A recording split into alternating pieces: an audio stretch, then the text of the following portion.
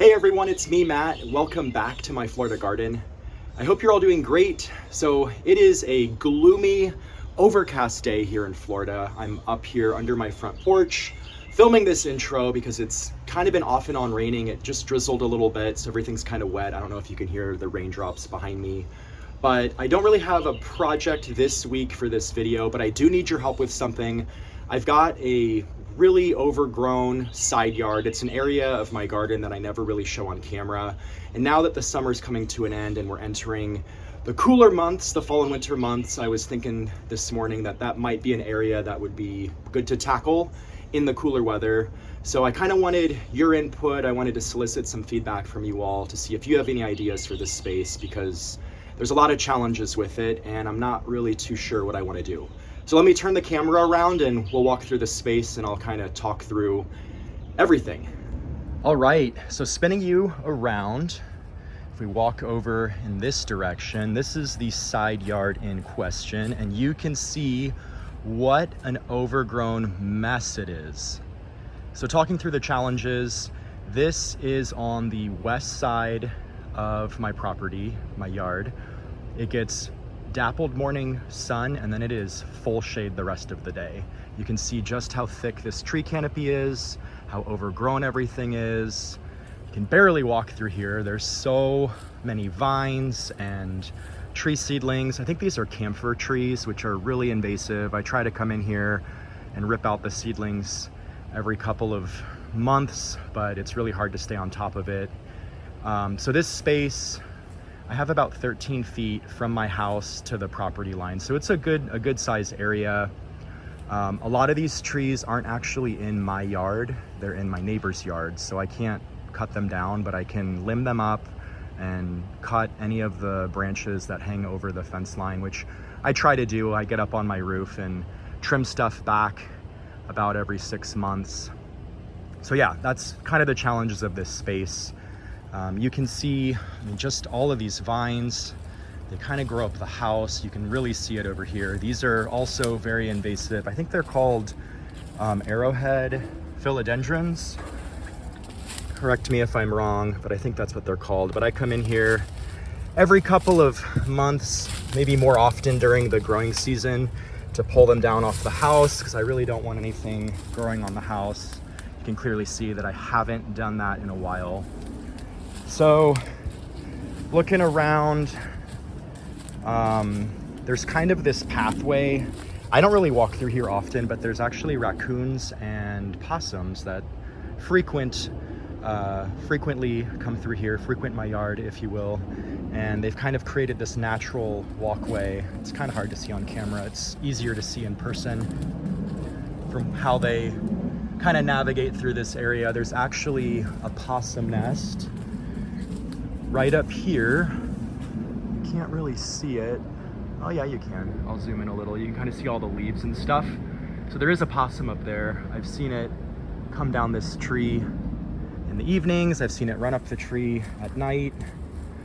I leave it alone. It leaves me alone.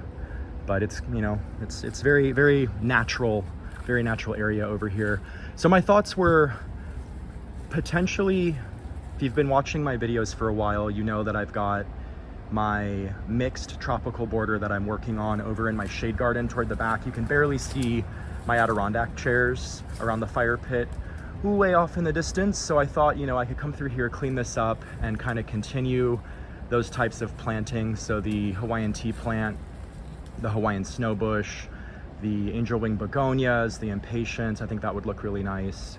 But like I said, I'm trying to solicit feedback from you all. Do you have areas like this in your yard that don't really get a lot of sun? They are, I guess you'd call this west facing, deep shade, lots of trees overhead, you know, thick tree canopy.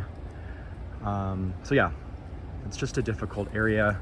And then coming back here a little more, you can see there's what's left of a chain link fence, and actually you can see where it crosses the T-intersection where it hits the actual property line. So like I said, this is a pretty deep space. It looks like at one point there was another fence here where there was maybe a gate, because you can see kind of this I don't know, hinge mechanism where the other gate would have swung into and locked into the other gate. Right here, if you can believe it, underneath all of this overgrown mess, there's actually a concrete pad. It's probably 8 feet by 5 feet, 8 feet by 6 feet maybe. So I think maybe at one point there was a shed over here. So I've actually thought about clearing this whole area out and making it into kind of a staging area where I could put dirt, bags of dirt, bags of soil. I could keep my fertilizers, maybe get a small shed to keep fertilizers in, and garden equipment, and then all of my containers, ceramic containers, plastic containers. I save a lot of the plastic containers that my plants come in because I like to use them for seedlings and whatnot. And then over here, there's actually a completely fenced off area. I don't know if you can really see it. There's all of these vines growing on it, but I don't know if this was like some sort of dog run. There is a little gate. It is buried underneath all of these bleeding heart vines. I think maybe at some point the previous owners might have used it as a dog run, not too sure. So coming around over here, you can kind of see this area looks familiar. I've got my pineapple plants and my fire pit area, and then my shade garden area back here with all the plants that we've been working on together over the last, I don't know, year and a half. So spinning around, here's a look at this space from this angle. Also underneath all of this leaf matter and vines, there's actually gravel. So I've cleaned this area out in full 3 times probably in the last 10 years. And there really is, if you get the leaf blower out here, there is a gravel pathway. So that sort of infrastructure, if you even want to call it that, already exists. So yeah, this is the space.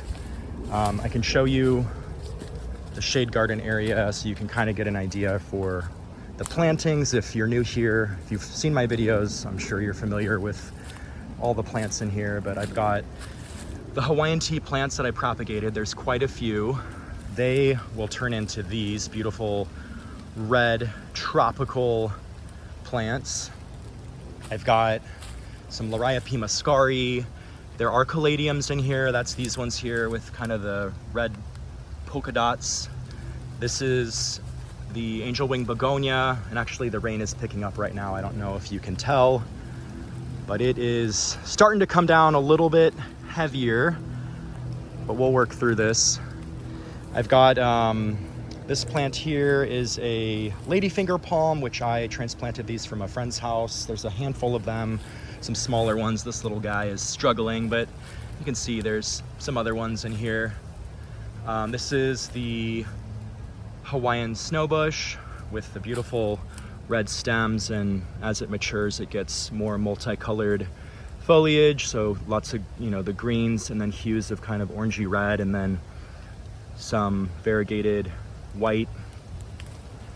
And then over here I've got a arrow leaf mammoth elephant ear, and then these are some more of those angel wing begonias, which these are about ready to start blooming.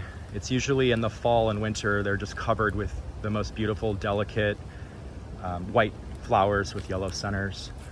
And then I've also got some more of those red Hawaiian tea plants back here. So yeah, I was thinking I could continue some of these plants to really fill in the area over here and kind of tame it. And then I also, since we're back here, let me show you kind of another area of my yard that this project, cleaning up that side yard. Like I said, if I use that concrete pad as storage for my containers, I can really clean up another area of my yard that I don't really show much on camera. So over here, we are in my other side yard, and this is where I currently keep all of my containers. Like I said, I save everything that I buy from the garden centers because I like to use it for seedlings. And then over here in front of my car in the carport is where I store some of my soils, and there's some fertilizers in here. I got a lot of stuff inside So that's the fun part about owning an old house, is there's not a lot of storage. I don't have a garage, so you got to be creative with where you store your things. So yeah, you guys really only see this view here anytime I'm working in the side yard or in the native wildflower garden, which, by the way, look at these beautiful cone flowers. This Echinacea potpourria. This bloom is pretty aged, but you can see there's some more coming in. Got the blue Stokes aster. I love this flower. And then my, what is this? The passion flower vine, which produces the passion fruit, the edible passion fruit, has put on so much size since I planted this in. I've been training it to grow along this fence here. So yeah, that's kind of my thought process, what I wanted to share with you. Again, sort of kill two birds with one stone. I clean up the other side yard, and then I'll be able to kind of clean up this area as well.